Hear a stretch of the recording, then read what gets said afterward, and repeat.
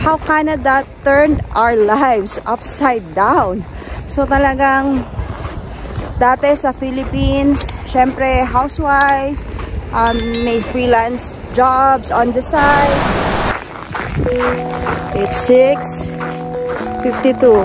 7 o'clock yung pasok ko. 15 minutes yung travels by car. Ihahatid ako. Mali tayo. At -30 today guys, Wednesday. Shovel tayo. Hi. Oo nga. Ang dilim. Liwanag sa dilim. 7:08 tayo dadating guys. Dahil mali tayo.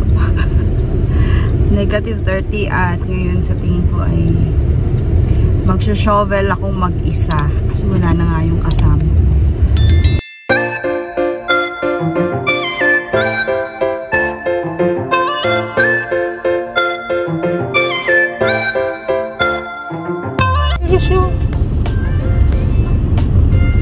Dito yung stoplight. Meron siya sa dulo. Sa mismo ng tren.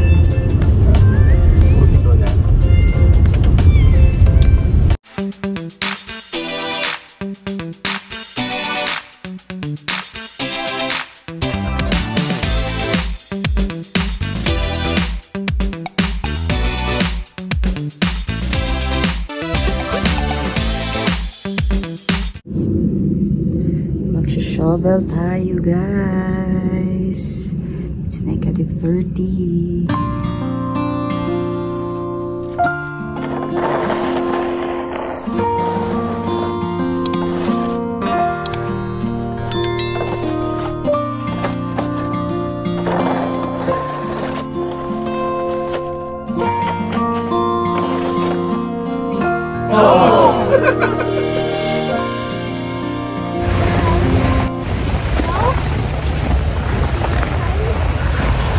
Taking kids to school. It's -30 guys. So, hinatid na natin yung kids sa school. Dito. Pabalik tayo dun sa center para maglinis naman. Ayan. So, pagka ganito, -30, may pasok pa din. Pero hindi na sila nagla-line up sa labas. Diretso pasok na. So, as they come, diretso na sila sa classroom nila. Usually, they fall in line outside pagka hindi ganito kataas or kababa yung temperature na -30. Yan o. Yan. So, talagang balot na balot tayo guys. Yan. Naka-snow pants din tayo. Kasi mas snow.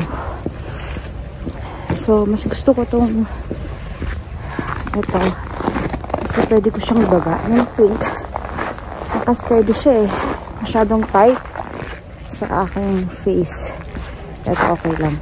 See you later. A few moments later. Ito na guys yung na-scrape natin. Ayan, guys, may snow. So, ngayon, papunta na ako ng school. Dadaan sana ako sa shortcut, kaya lang ang lalim ng snow. So, kailangan akong dumaan sa talagang pathway. Ayun. Guys, may nag-comment. Dapat daw ang title ng aking vlog ay Weather Forecast.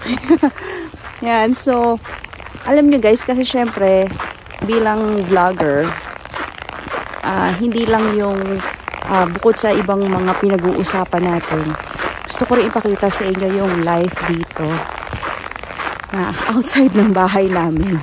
Huwag na yung sa bahay, magulo, napapagod ako doon. So, ito yung outside of yung talagang pag nasa field ka, ano yung makikita mo, ano yung makifeel mo, ano yung may experience mo dito na naglalakad ka sa snow. Ganito yung tunog ng snow, pagtapak mo sa snow, ganyan yung feeling. Ayan. So, dumadaan tuloy ako sa pathway kasi pag umapak ako sa snow, ang lalim. Ayan, ikot. Try nga natin dumaan dito. Ayan. So, malalim kasi siya, guys. Ayan. Especially, guys, dito sa Alberta, talagang yung weather ay mafe-feel mo talaga yung pag-winter talaga, winter.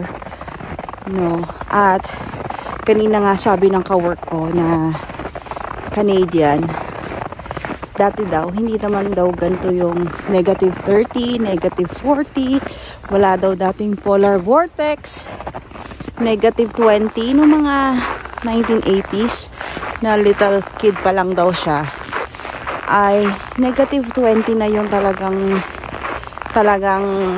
extreme temperature nila. Pero yung winter starts in September. Parang 3 weeks lang daw sila nagsusuot ng regular shoes nila pang school. Tapos by September, October, November, December, January, February, until March ay winter talaga. So ngayon daw, medyo weird kasi how do you get positive temperature on a winter? So parang ganyan, no? Dati parang ang winter nila talagang mga negative lahat. Pero max extreme na daw yung negative 20. Pero ngayon, negative 30, parang nagiging normal yung negative 30 ngayon dito sa Alberta.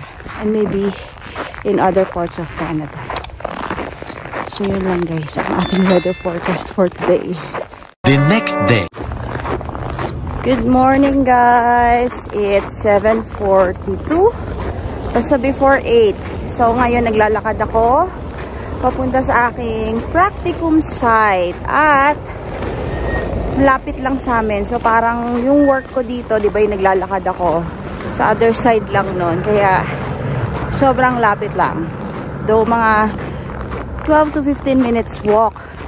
At sabi sa amin, huwag kaming dumating before 8. So 8 dadating. So kung dumating ako lumabas ng 8 dahil sa lalakad ko, tingnan na lang natin. At ito nga pala yung aking first day of practicum dahil nga hindi natuloy for the past 2 weeks dahil sa strike ng mga educational assistants, school staff. Kasi ang practicum ko, guys, ay sa school. So dahil sa strike, yung hindi natuloy yung practicum namin for 2 weeks dahil syempre wala kaming makakasama sa pagpa-practicum namin na magtutulong or mag-a-assist sa amin.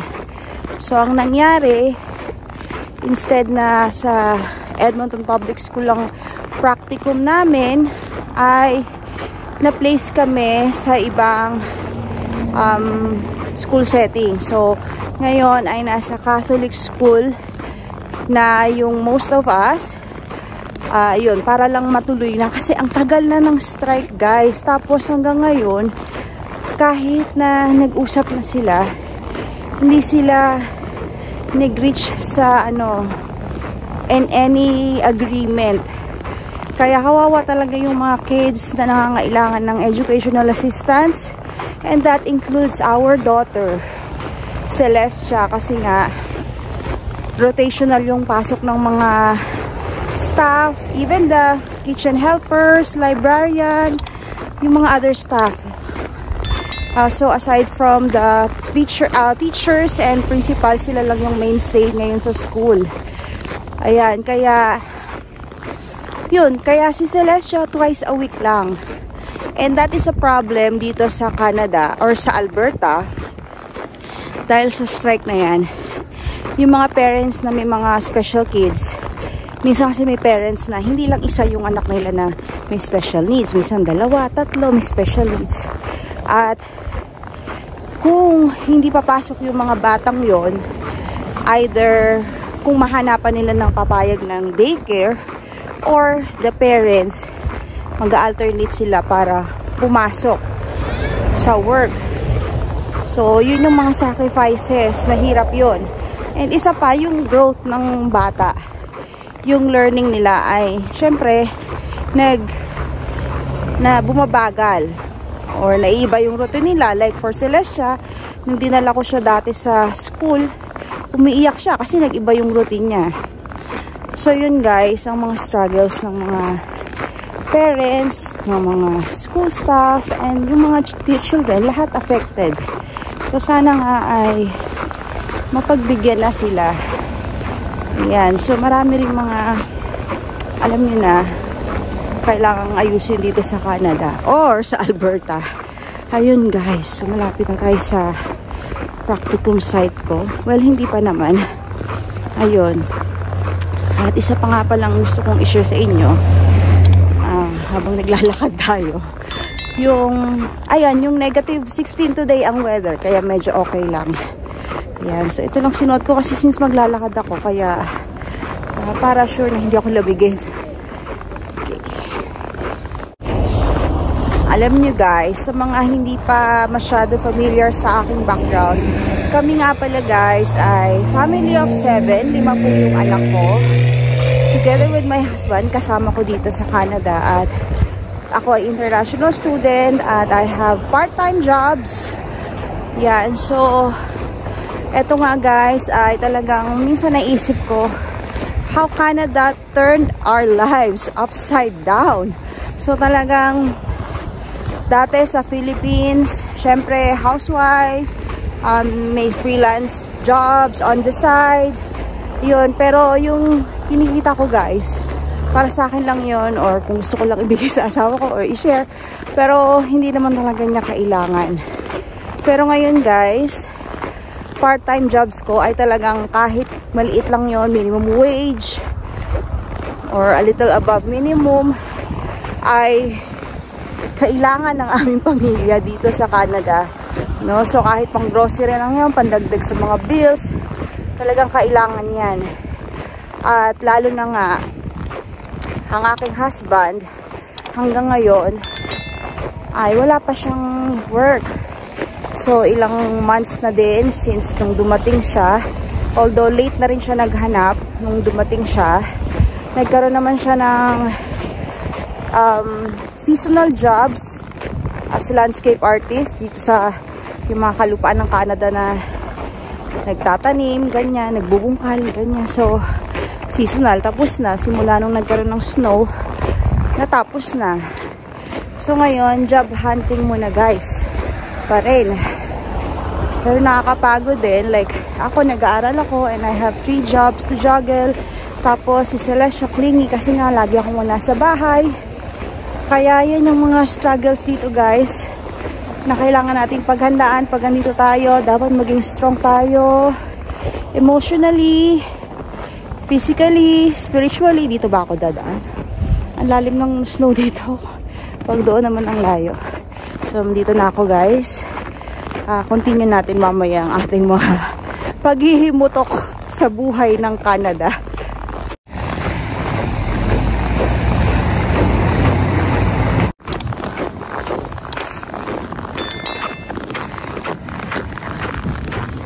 We're here by walking. So sobrang malapit lang and I'm so blessed na dito ako napadpad. Walking distance lang.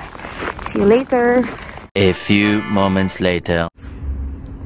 Hi guys, so kanina pagkatapos ng practicum, 3 o'clock. Ayan na yung sundo natin. So 3 o'clock hanggang 4. 3 o'clock natapos yung practicum ko. 4 o'clock naman ako pumunta dito sa work. So 4 o'clock to 7:30 ngayon. Pagod na tayo guys. Kailangan nating umuwi.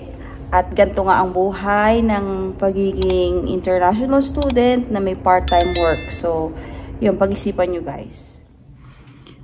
Ayan, so medyo pagod na pagod yung itsura natin ngayon guys, no? So, pero yun nga, so ito na nga yung mga nangyayari ngayon na talagang ilang months na tayong talagang puro trabaho, tapos school, daming homework, yan. So limited yung time sa family. As in pagod, no? Physically nakakapagod siya. Tapos sa school naman yung brains mo ay nakaka-drain. Although, medyo madali lang yung course namin compared sa iba. Pero kasi dami reflection paper, mga research. So, yun, puro isip ng mga isusulat na content, mga ganyan. So, anyway, nandito na tayo sa Canada, kahit nakakapagod, di tayo pwede sumuko. Kasi marami na tayong na-invest. Yung time natin, syempre yung mga properties natin. Although, meron pa kaming isang property na gusto na namin ibenta. Yan, so kung interested kayo. Yan, binibenta rin namin yung condo namin, no? So, 2-bedroom siya sa Taguig.